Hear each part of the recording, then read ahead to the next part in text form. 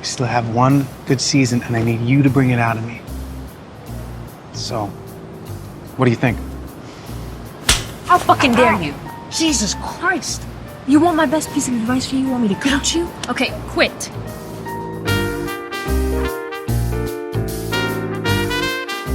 Hello, guys, and welcome to another episode of Hollywood Gold. I'm your host, Daniela Taplin Lundberg, and I'm here with Bex. I'm just going straight Bex these days. Just Bex. Yeah, that's it. I love it. We are I'm so excited about this week's episode. Bex, as you know, I have been talking about Challengers for the last 2 weeks. It's literally the only thing I can talk about. They're like, did you produce it? True. Are you associated in any way? Not at all. Okay.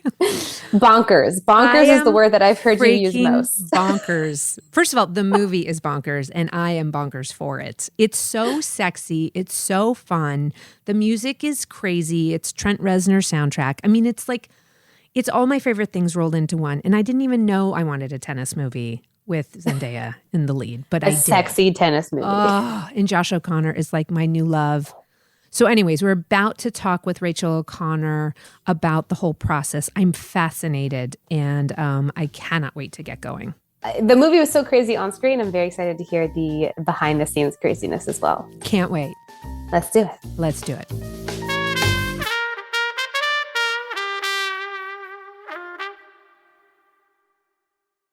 Rachel O'Connor, I'm so excited to be talking to you today about Challengers, which I have to tell you, after I saw it 2 weeks ago, I emailed you and Amy Pascal, your partner on this, and just said, I have not had so much fun at a movie in years. In years. It was just like such a joy, so sexy, so fun. The score was incredible. The performances were great. The tennis was great. Like, we have so much to talk about. Thank you so much, Daniela, and thank you for having me. It's a privilege. Oh my God, I'm thrilled. Okay. So tell me the first memory of this particular script and how you found it. An agent at CAA, Sue Carl, so I'm sure you know, sent it to me like on email and said, I think you might like this. And the title caught my eye. I never had heard of Justin Kuritzkes, the writer. And we were doing additional photography on Spider-Man No Way Home. We were shooting in Manhattan Beach. I was trying to, read the script during those downtimes that you sometimes have on set, but it's sort of like you get 15 pages and then you stop. But I was sort of pulled in from the beginning, particularly by the character of Tashi. I'm also a fan of tennis, and I thought that the structure of the script was really interesting and cinematic. But the character of Tashi, a powerful, beautiful, ambitious woman who is sort of more interested in winning than in the romantic relationship with the two men. Yes. That just had struck me as something really modern that I hadn't seen before. Zendaya was on my mind from the very beginning. And I remember the day that I was reading the script on set, she wasn't supposed to work that day, but she came in anyway. And I had just finished the script and I thought, maybe it's fine. She immediately popped into your head, and then she was standing before you and you were like, this, I believe in signs like that, by the way, where you're like, sometimes things just happen. Okay. So then what'd you do? Amy was on a plane, but she had Wi-Fi. And I said, I just read this incredible spec and it could be something for Z. And how do you feel about tennis? And she's like, I love tennis. And I was like, how do you feel about sports movies? And she's like, I love sports movies. Moneyball is one of my favorite movies I've ever made. Oh my God, totally. So I said, well, I'm going to text it to you and can you read it on the plane? And she said, sure. And, one of the things about, working with Amy is that nobody works harder, as you know, and she reads everything. She does all the work. She does all the homework. Yep. She does all the work. And I think she wrote me back in an hour and a half and said, I love this. Let's get Zendaya. So Zendaya was the first element that you guys pursued? Before we could talk to Zendaya about it, we had to convince Justin to go with us. Of course, I called Sue Carl's back and told her, Amy and I loved the script and, what was the lay of the land. And, she said that there were a few other producers who had raised their hands and Justin was going to have meetings. So the next step was for Amy and I to have a Zoom with Justin and try to convince him to choose us as the producers. Was he like brand new at the time? Was he someone who had written a number of specs? Like, tell me about him, or did you know about him at all? I didn't know about him at all. I found out his manager at the time, like another interesting serendipitous connection was that his manager was Diane McGonigal, who's married to John Watts. So we immediately were, talking to Diane saying like, how can we get Justin to choose us? And I think Amy and I even took a picture, with their dog because we were we were on set during this process, and Donut was on set with John. Diane had said she discovered him when he was kind of had a YouTube following. And I think he did all these smart, funny YouTube videos. And I think, that was how I think Diane and Sue came to represent him. But he also wrote plays, and I wrote a novel or two, I believe. What had you guys planned to pitch him? Did you have like a vision of what it could be and what inspired you about it? Or were you just like, we're going to work harder than anyone else?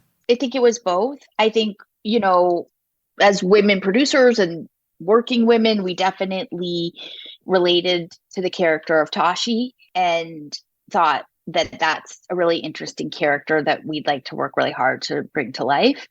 We also said, we don't have a lot of projects, and everything that we take on, we really have the intention of trying to make.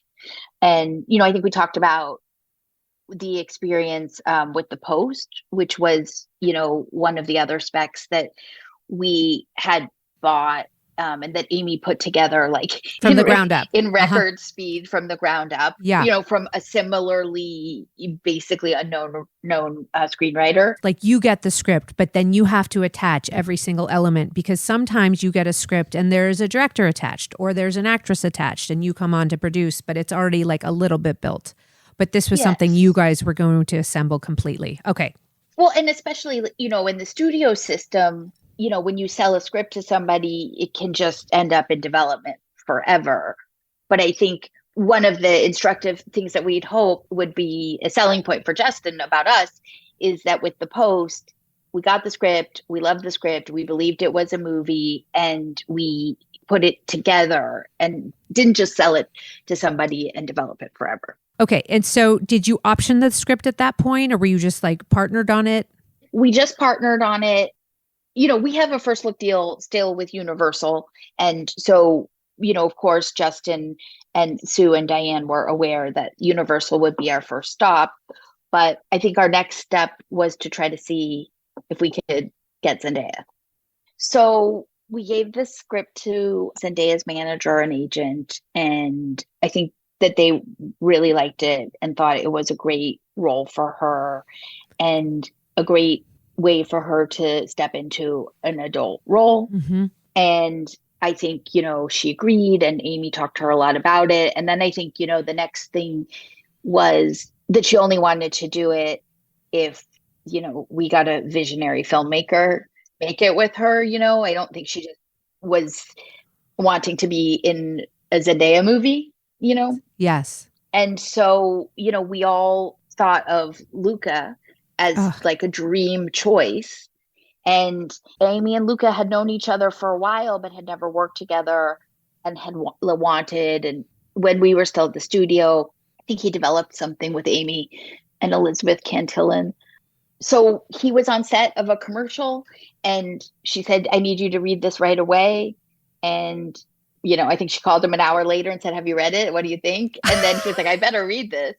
And he did. And I think he saw a ton of potential in it. And then we sent Justin to Italy to talk to him about the script. But what made you think, Luca, as like this felt a little, there are many Luca elements to it, but it also feels like a tennis movie. Like what made you think he was the guy? And I love it. I love that idea. I think that we all saw the tennis element as a metaphor for love and relationships and competition. I don't think like we were thinking sports movie first. I think we were thinking that's an element, it's the setting, it's the world. But I think we were thinking about his other work too. Even when the movie is essentially a drama, I think he always kind of masterfully creates this tension that you might have, you know, in a thriller or suspense movie that like propels you from scene to scene. And I think we thought that was really important for this movie. And then I think, of course, he's wonderful with, you know, women, you know, his work with Tilda Swinton and Dakota. And then also just he's so great with love and desire, sexiness. So I don't know. It just seemed like he would be the dream choice. But not obvious to me. Like, that's what I love about you and Amy's choice. Like, that feels so hot and sexy and like fresh, right? And I think a lot of producers would have just gone like a more obvious route with it. And you went like the auteur route. And now it feels like a film, and I can get ahead of myself here, but like a film that's breaking through, that's bringing real auteur vision to like a commercial premise. And like, I hope you guys just make $1 bajillion because I want more movies like this to come back into the world and into the frame theatrically. So anyways, I applaud the choice.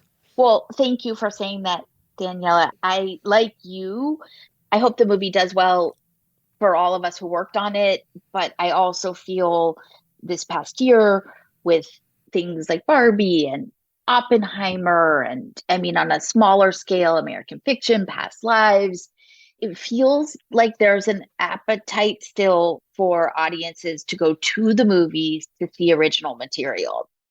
So when Justin flew out to Italy to meet with Luca, did that sort of seal the deal? They fell in love, and I can't remember if it was before, after, or during, but also Luca and Zendaya, we had a Zoom with them, and then they met in person in London a little bit later when their schedules aligned. Okay. Zendaya was thrilled that, you know, Luca had read the script, responded to the script, been excited to work with her. I read that she was nervous to take on the role because it was the first time that really she had a film on her shoulders. She's the face. This is her story. And I can only imagine that like you guys and Luca sort of embracing that and moving forward sort of bolstered her confidence. So that's amazing. You know, we've all flirted with projects where like the great actors and filmmakers attach, right? But they all have very, very full dance cards. And so like actually getting them to day one of shoot is nearly impossible. And then this happens and then this gets in the way and then they've got to commit to this. How did you get it there? Like, how did you guys manage to actually get it done? Again, you know, I think Amy has this like kind of preternatural like quality that or ability to bring movies to the starting line. Connected to that, Luca moves very fast. He had another movie, but it wasn't greenlit, and I think he got the feeling that maybe it wasn't going to get made on the timeline that he wanted. And then Zendaya was already committed to Dune 2 and basically had this sort of few months in which she was available to make the movie. And had you guys been showing the script around? Like, they had decided to become attached. Had you already like sent it to Universal and like sent it to the town? We had only shown it to Universal because it had gone out as a spec before we were involved. I think that there were people in town who had it and called up and said, we really like the script. What do you think of us? But we were always very clear that Universal would get the first look at the material, and they had it and they considered it. I think, you know, I mean, now that you've seen the film, I'm sure you can imagine that it's not an obvious studio play in a way. And I think, you know, that's sort of where they came out in the end. And then, you know, at a certain point when we told them, you know, that our window to make the movie was closing, they, you know, were very great partners to us and gave us the opportunity to take it to the market. Did you feel like you guys and Luca were on the same page from moment one, or was it like a process of discovery? Because he's known as an art house auteur. This is the most commercial film he's probably ever made, you know? I think we were on the same page. You know, I mean, I think Luca said in our first conversation after he read the script, you know, that he didn't know that much about tennis, but he knows a lot about desire. And I think that we were kind of all on the same page about the relationships and how relationships change over time, and the coming of age, and the, wanting to get back to where you were, that all of that was kind of primary. And I think Luca has a much more commercial sensibility than you might think, just based on where his movies have lived over the years. And he is also a fan of commercial movies. I mean, when we were in Boston making this movie, we went to go see the Batman on opening weekend. Luca would be like, it's a masterpiece. I mean, he loves good movies. He loves Spielberg. Like, Yeah. he's influenced, of course, by the auteurs, and Bertolucci is a hero, but he loves American, the good ones, the American studio movies. He appreciates that quality too.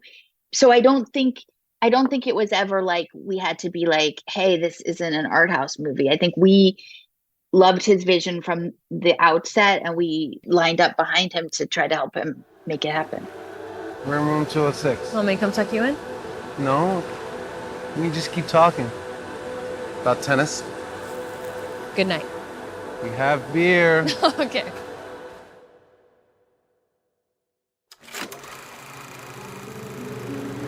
So you don't know what tennis is? What is it? It's a relationship. Okay, so you had Z. Where'd you find those two? I mean, like, I'm deeply obsessed with Josh O'Connor now, and Mike Faist. I think they both were exceptional, and they were kind of like, not unknowns, but those were like not big stars, right? When you were casting them. And how did that work? And was there like a push-pull with the studio that wanted maybe bigger names? Like, just talk me through that casting process. Early on, Luca wanted Josh. Had he met him, or had he seen him in something? I think he had met him. I think they had done some work together. I don't know if it was with Loewe, or I think maybe Luca had directed a commercial that Josh was in. Okay. But also, darn, I'm going to forget the name of the movie, but there is a small film, God's Country, that Luca had just thought he was brilliant in. So I think from very early on, Luca had told us that he thought he wanted to cast Josh as Patrick. And, I think everybody was on board with that and excited about Josh as like an emerging actor. I'm fascinated by that. He plays an exceptional, like, Prince Charles in The Crown, but like to play like a John McEnroe American bad boy, I did not see that coming, and he pulled it off so well. What gave Luca you the faith to be like, oh, he's going to nail that? In our case, we thought he was great in The Crown, and we had watched his other work, and we really trusted Luca. Right. That Luca could take this very talented, very charismatic, very handsome young actor and turn him into John McEnroe meets Nick Kyrgios type. Yes, right? Yes. I think that might be one of Luca's superpowers, is just like identifying talent and knowing what they are capable of and giving them the confidence. I think you're completely right about that. Like, my mind is going back to that time, because I sort of, Josh was always Patrick, but it was from this early time. And I really do think it was Luca's vision, and he is so good with that. And you're right about Timmy. Like, I think that Armie Hammer was actually the more famous person at the time that they made that movie. Now Timmy's like, so. But it was like an Armie Hammer movie with another guy, and it's like, it's so with a kid. Yeah, totally. It's so crazy now. Okay. And then Mike Feist. Make Feist? I don't know Feist. Okay. I say Feist, but he hasn't corrected me, but maybe it's Feist. I'm not sure. Okay. Okay. He did read, and Amy and I went to see West Side Story together, and he really did pop for us, but I don't think we necessarily thought like, oh, he's art. And then Luca had also really loved West Side Story, and Francine Maisler, our casting director, he's one of the early people that read with her and really blew us all away. I mean, I think Luca was the first one to say it was him too, but I think we all agreed. And then Mike also came to London and did a you know, little workshop chemistry read. Luca was there and with Zendaya. So it wasn't that controversial. The guys were, they both were just so good. Did you find that you were like kind of warding off just a lot of incoming traffic with regard to those two roles? And they're also so fun and physical, and it's just like they're star-making roles, really. They are. And I do think a lot of people expressed interest, and a lot of people, you're right, were willing to put themselves, to read and to do that in order to work with Luca. But I think Mike kind of emerged as a top contender very early on. And as I said, we really never discussed anybody else for Patrick. Wow. Not seriously anyway. So now you've got your trio, the cornerstone to the film. You've decided to shoot in Massachusetts for like tax credit reasons and just like... The script was set in Westchester, so it really just seemed like we could put so much more money on screen if we shot in Massachusetts instead of Westchester. Okay. And the foliage looks really similar. Including like all the Stanford stuff, like you did all the stuff in Massachusetts. We did. I think Luca would have loved to actually shoot in Palo Alto for the light and the, kind of romance of California, but it just financially it wasn't possible. And I think we had, Brad Gilbert and his wife Kim as our tennis consultants, and they both have spent a lot of time on the tennis courts at Stanford, and they were like a great check for all of us in the art department on like, do you buy this as like maybe not the main court at Stanford because that is very distinct looking, but as like the other courts. Okay, that's amazing. So the next thing I want to talk about rehearsal process, and then I want to talk about tennis. Okay. So rehearsal process, I will say like the chemistry is exceptional. Again, like I could go on and on about it, but it felt like very natural and like the characters were really comfortable around each other. Was there a lot of rehearsal? Does he do a lot of rehearsal? Like, how did that come to be?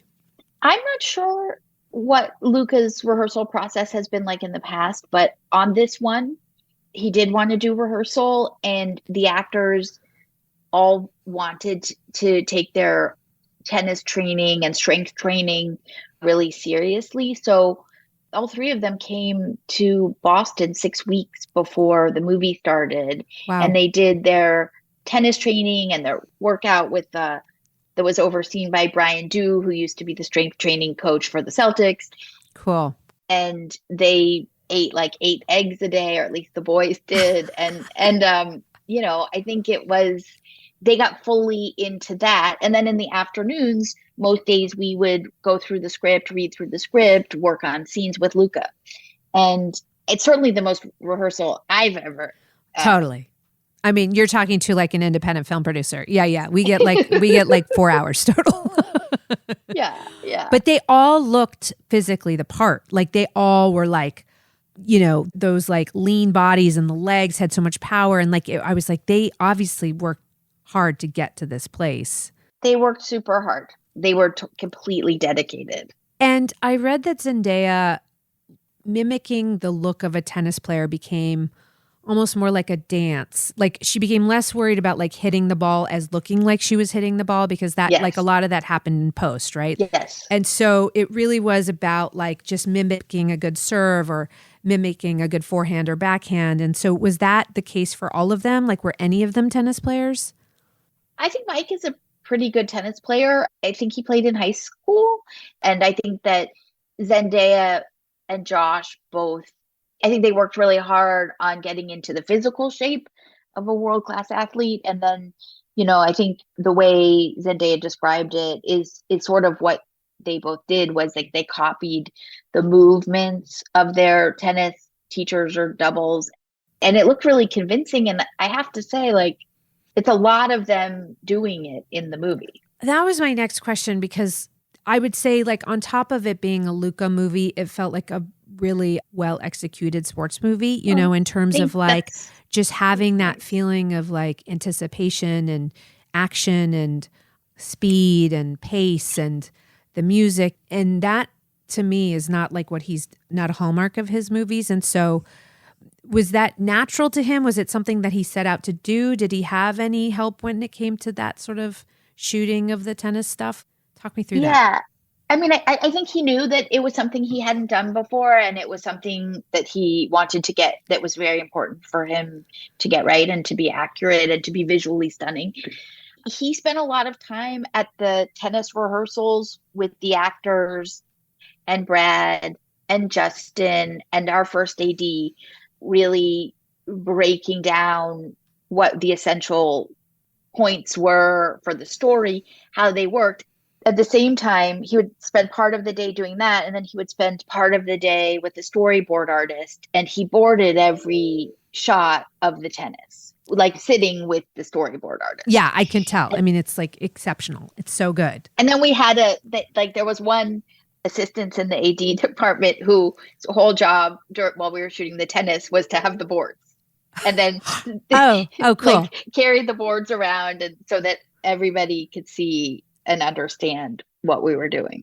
What a great note. Just be like, guys, here's what we're doing. So often the crew is like, what are we doing now? Like, they don't want to admit that they have no idea what's trying to be accomplished, And so that's so cool. I love hearing that. No, it was great. And I would like to just sort of replicate. I mean, it was the lo-fi version, but the AD would just be like, Ian, and then come with the boards and everybody, the camera team and everybody would come around. And I also haven't mentioned our DP, Sayambu. Okay. He's, I think, a longtime collaborator of Luca's. He did Call Me by Your Name and some other things, but I think his work is just outstanding. What did you guys shoot on? Did you shoot on film? Did you shoot digitally? We shot on film. Okay, 35. It's coming back. It's coming back. You're not the first producer I've talked to recently who's like, yeah, we shot on film. Last year, a couple movies shot on film too, right? Yeah.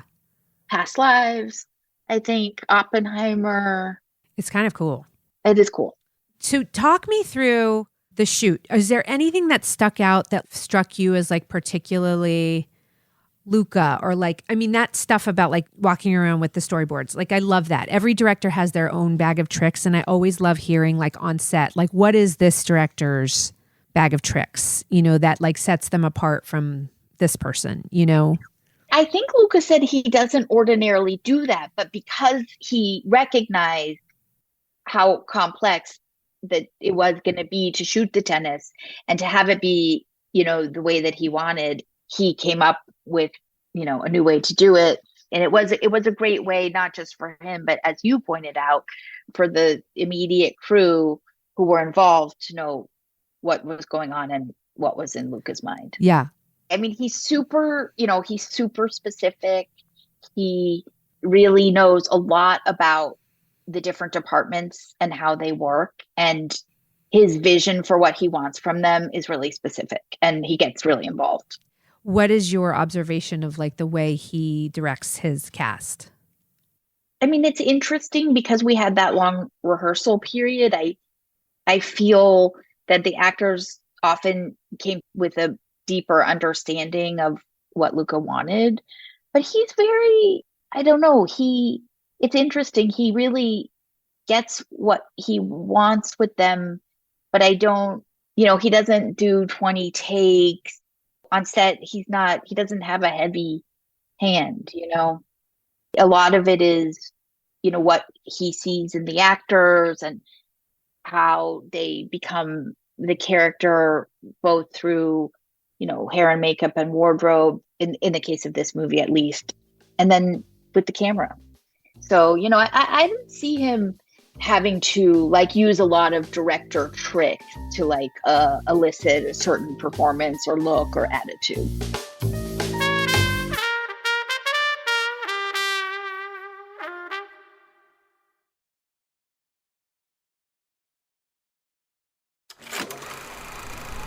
You can beat him. What if I don't? How are you gonna look at me if I still can't beat Patrick Zweig? Just like this. I've watched this movie and I have not felt this level of sensuality and desire in a film. And that goes from the performances to the costume, to the sweat like pouring off of Mike Faced in the last match, to the pulsing music. It just like feels all very like of a vision. Is that how it felt on set? Like, was everyone like, yeah, we're making like a freaking sexy movie? It's not even like there's like that much nudity or sex in the movie. It's just like this vibe, you know? There were a lot of notes on the sweat. I'm glad that it was worth it. Maybe the person applying the sweat probably got more notes than any I of the can't actors. imagine how many VFX sweat notes you have. I mean, I was just like, I've never seen so much sweat in my entire life. It was like so amazing. It's a lot of real sweat. I mean, a lot of constantly, spraying them. And Mike is very, he has a very rigorous approach, and he liked to actually maybe play some tennis before on the other court so that he would actually be sweaty. Of course, it was Luca. There's sort of always could never be enough sweat, but I agree. By the way, I'm like, yes. I love how much sweat is pouring off of his face right now. It's amazing.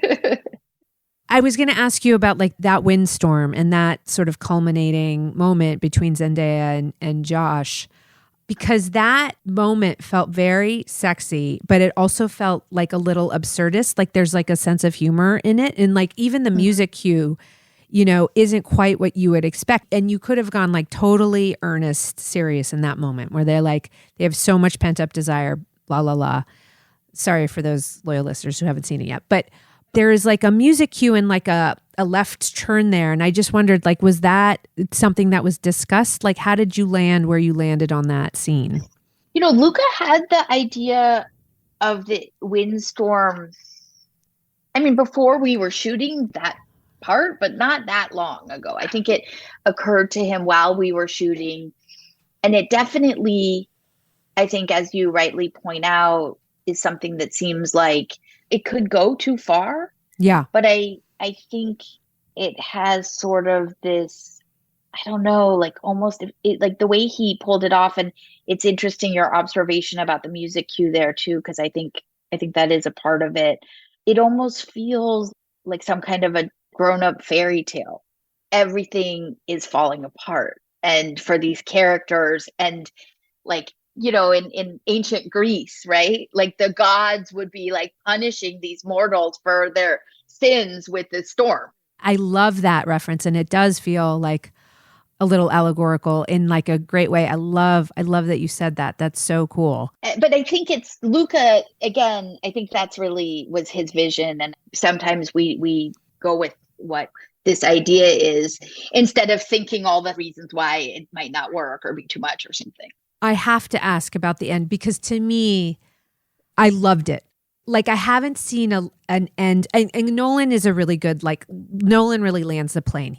The spinning top is, like there's always like, you're like, oh my God, you nailed it, And I really felt like you guys nailed it with the scream and the culmination of all these themes and like them like toppling onto each other. And like, it felt like a dam broke. Was that always scripted?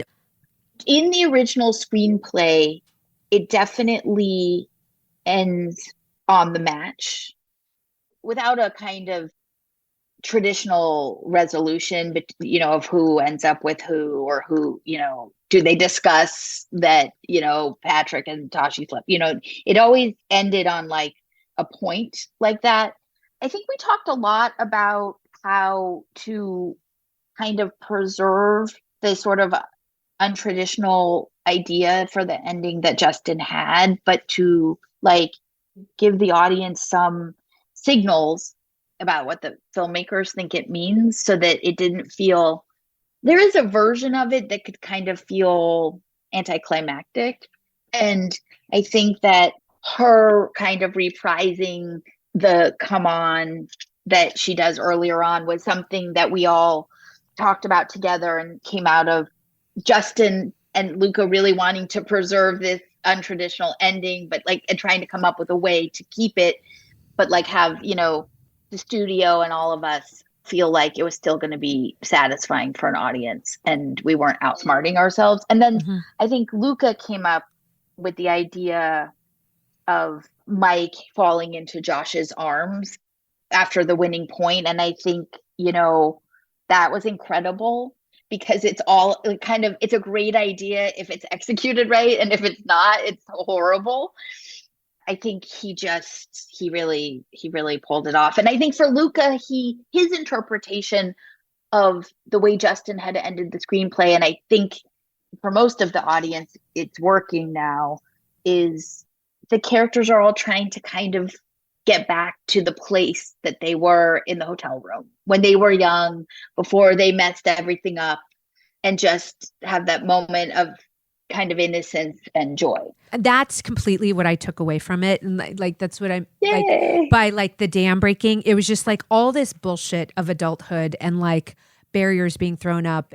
The joy that they felt as children or as young Yes. adults is Yes. returned in this moment of like just pure tennis, pure competition, and like joy of the game, and all the bullshit went out the window. And so for me, that's why the end worked so well, because it was like, oh yeah, even for me, just like try to let go some of the bullshit that like weighs down my shoulders as an adult, and just remember that life is amazing. We're just like lucky to be here. And that's what it makes me weepy, but like that's what that moment of the film did for me.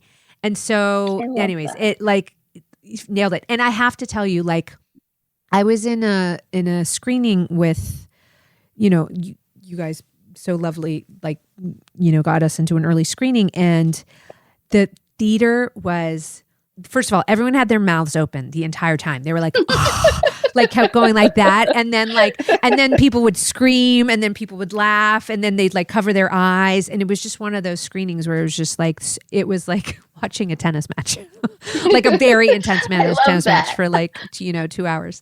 So I have to tell you, like, I love it so much. I can't stop talking about it. But your film was meant to come out last fall. Mm-hmm. You pushed it to now. To me, that seems it was such a smart decision, because you're really getting so much attention that you deserve. And I feel like sometimes in the fall winter season, you get crowded out by the fact that there are so many good movies. And so you're vying for market share, right? Mm-hmm. Why did you guys decide to push it to now? I mean, the main reason really was because of the SAG strike. And I think there are some movies that come out without publicity from their actors, but I think this one would have been really hard. I mean, first of all, in Zendaya, even though it's the first movie that she's, has been fully on her shoulders, yeah.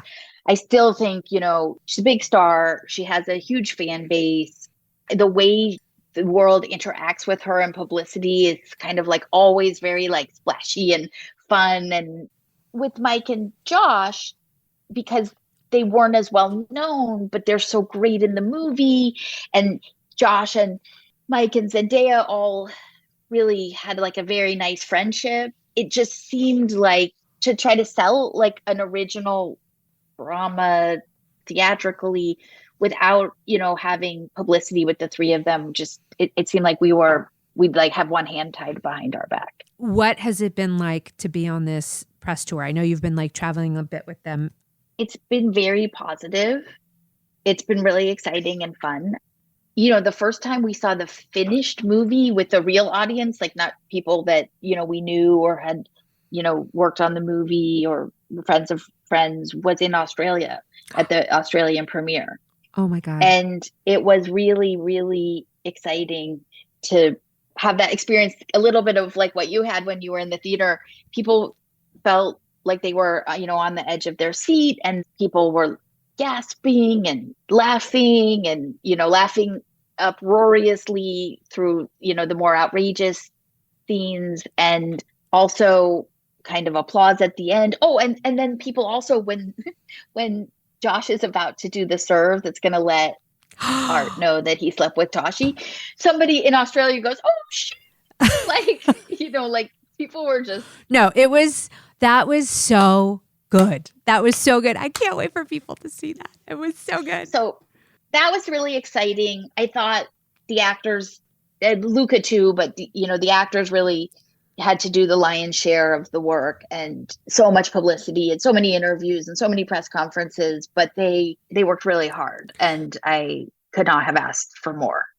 They're still working. It's crazy. They're still working. And like Zendaya's whole like tennis theme for every event, and it's like a different version of a white tennis dress. Like, it's so intricate and like brilliant. I mean, a lot of work. I mean, her in law, like that's like a lot of work goes into that. And it's so much fun though. I'm always like, oh, this is my favorite dress that you've worn on the tour until we get to the next one. I saw something she wore like maybe last week, which was green and white checked. And I was like, that's my favorite. But you're right. Every time it's like something new. And I'm like, oh, girl. And just to have that body also, it must be so fun. Oh, forget it. Forget just it. Like, I mean, come on. I don't know how she decides because everything must look good on her. Well, I can't wait to see what she wears at the Met Ball. I mean, that's going to be like a whole other thing. And it's like, if she can continue the theme, she can do something different. Anyways. Oh, I bet tennis court is going to be in her rear view by then. Oh, right. But who knows? It's like she's got a whole new thing coming. Oh, well, Rachel, this was so fun. Did you have fun?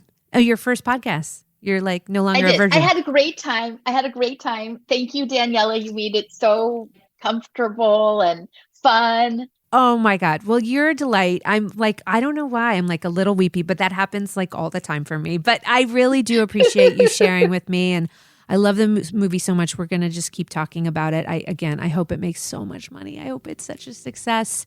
And Rachel, I'll talk to you soon. Okay. Thank you so much, Daniela. Okay. Thank you for asking me to do this. And thank you for your support and all the amazing things you've said about the movie. It means the world to me and to Amy and all of us.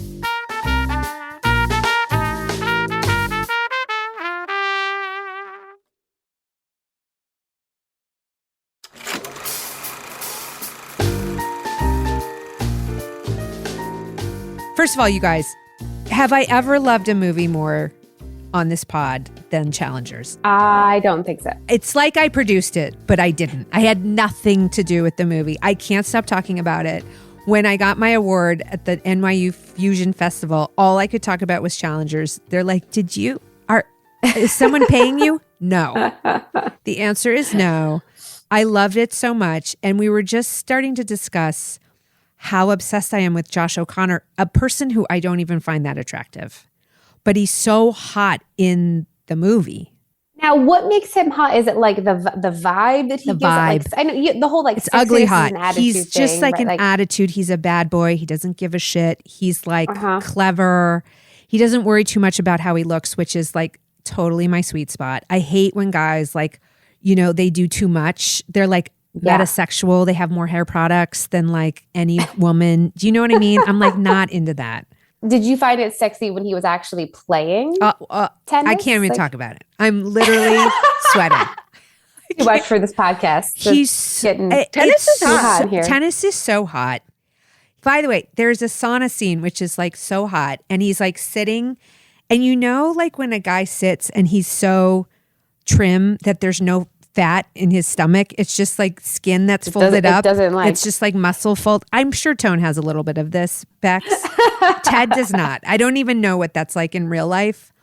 But the idea that someone has no belly fat and they're just like sitting and the skin is folding up because there's so much muscle beneath, but not overly built. It's like not in a weight room. Not too much. It's just like this guy's in shape and he doesn't care. Yeah. And I don't know. I could go on and on. Here comes Vanessa, who's just had food like poisoning. lovingly talk about all their bodies. This is not the wrap that anyone wants but us. Can you weigh in on how hot Josh O'Connor is, Vanessa? I'm sorry, you've just come from food poisoning. We've just been talking about that for 10 I had minutes. to take a step away from food poisoning to talk about how sexy Josh O'Connor is in this movie. I literally couldn't believe it. Like we couldn't even get over it. Couldn't get over it. We were like slapping each other in the theater. No, it was like moment one, we were dying. But we were talking about just like his hotness, but how he's not hot in real life. Like you see him in press and he's got like huge ears and like he's just kind of like goofy. The huge ears. It's I've been watching videos of their press tour because I'm obsessed with the movie. I need to go back and watch it again. Same. Josh O'Connor was saying that they were given really strict orders to be at the gym and to eat a certain way. And he would do like half of it. Oh. So he would do like the eggs that was sanctioned, that was required, and then he'd like add a donut to it. Oh. He was like, I didn't know how to be healthy, which is kind of genius. Rachel did not communicate that part, that it was like, that was their orders. It was like they just came and like worked out for 6 weeks. We were so surprised, but that makes a lot more sense. They're like, you got to look they hot. had like a menu they could eat, and they were going to the gym all at the same time, all three of them. Oh, that's what I need. I need that discipline. Totally. No We all one's need to telling me to work train for out, and it's challenges. just like saggy ass because of it. But there were no saggy asses on that movie. They looked so good. Oh my God. So yes, we love Josh O'Connor so much. The four of us on here is just like wild to me. I know. This is a first, I think, on the pod, right? Yeah. And we're all just like drooling. It's like four women just like drooling about movie stars. Well, Rach, are you a Josh O'Connor fan? You said you wanted to weigh on this. Cute. Okay. I think the ears thing is kind of. I like a quirk. I think it's kind of. Oh, cute. like you think that adds to his hotness? Yeah. I mean, I don't. They're all the three. I mean, Zendaya has a perfect body, obviously, but they're all a little lanky for me. I like a little more meat. Oh, you like some meat on the bones. Like, what's an example of that? Like I was showing all the interns photos of Megan Thee Stallion's naked body. Okay.